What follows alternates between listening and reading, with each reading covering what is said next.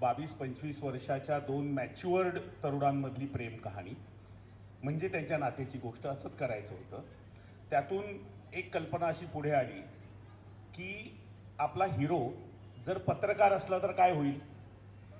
कारण पत्रकार कधी पडद्यावर हिरो नाही झालेला. फार तुम्ही इन्स्पेक्टर हिरो झालेला पाहिलाय, तो कसा लोकांना सिंघम सारखा बदलतो हेही आपण पाहिलेलं आहे. कमर्शियल सिनेमामध्ये ही सगळी कॅरेक्टर्स वेगवेगळ्या पद्धतीने वापरून झाली आहे. पण पत्रकार हा कधी हिरो झालेला नाही आहे.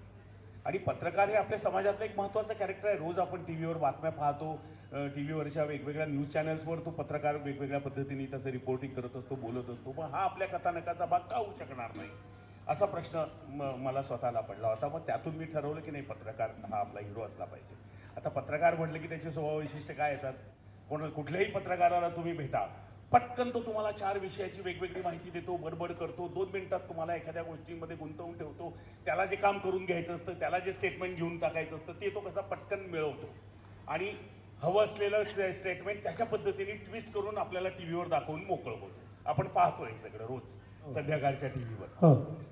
हा असा बडबड करणारा पत्रकार, याच्या आयुष्यामध्ये जर एक न बोलणारी मुलगी आली, अबोल मुलगी आली, तर त्यांच्या नात्याचं काय होईल. अबोल मुलगी म्हणजे एक बडबड सतत टॉकेटिव्ह पर्सन, आणि एक अशी मुलगी की जी स्टॅमर करते. स्टॅमर करते म्हणजे आपल्या मराठीमध्ये त्याला तोत्र बोलणं असं म्हणतात.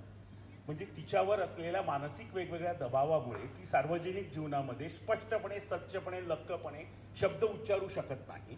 शब्द फुटताना तिला त्रास होतो तिच्या तोंडातून, आणि ती तोत्र बोलते, ती अडखडत बोलते. अशी मुलगी जर या बडबड करणाऱ्या माणसाच्या आयुष्यात आली तर काय होऊ शकतं